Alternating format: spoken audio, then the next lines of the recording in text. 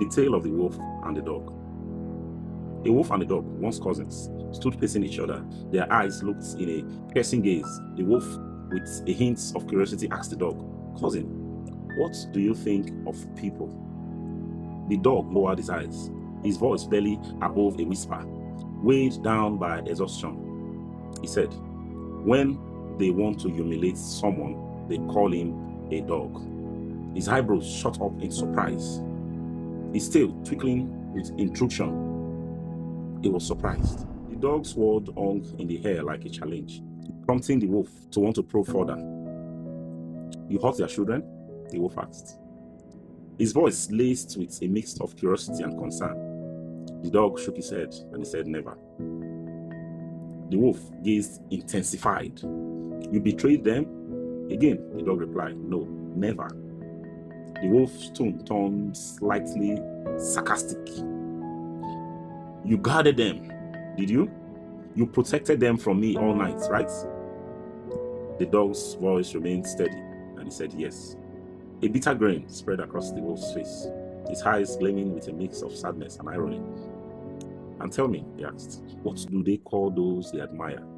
Those brave people, those wise people, those people they call free, brave, wise?" And the dog let out a deep sigh, his voice heavy with resignation. "They call them wolves," the dog answered. And silence fell between them, like a heavy blanket of understanding that didn't need words. Finally, the wolf shook his head with a gentle smile creeping onto his face, and he said, "Didn't we tell you from the beginning to be one of us? I destroyed their herbs, frightened their children, caused them trouble, and yet, when they want to exalt someone, they call them wolves?" He approached the dog, with his voice dropping to a whisper. "Remember, cousin," the wolf said to the dog, "people often honor those who oppress them and despise those who serve them faithfully. I don't understand it either, but that's how they are." This tale holds a mirror of human nature, revealing a paradoxical truth. Often, people admire and honor those who accept power, dominance, or fear, while neglecting or despising those who truly serve them faithfully, those who are loyal.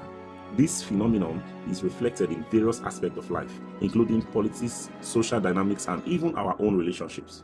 This story encourages us to reflect on values and priorities. Do we truly appreciate those who dedicate themselves to our well-being, or do we take them for granted? Do we celebrate the future servants, the unsung heroes, or do we only recognize those who make the loudest noise? As we navigate the complexity of human relationships, it's essential to remember the value of loyalty, dedication, and service. Let's not forget to appreciate and honor those who serve us faithfully, just as the dog did. By doing so, we can create a more balanced and just society where true merit and character are recognized and valued above more displays of power or dominance. Reflect on these questions. How do we perceive and treat those who serve us faithfully? Do we prioritize power and dominance over loyalty and dedication? How can we create a more just and appreciative society? By pondering on these three major questions and embracing the moral lesson of the wolf and the dog tale, we can strive to become better versions of ourselves and build more harmonious relationships with others.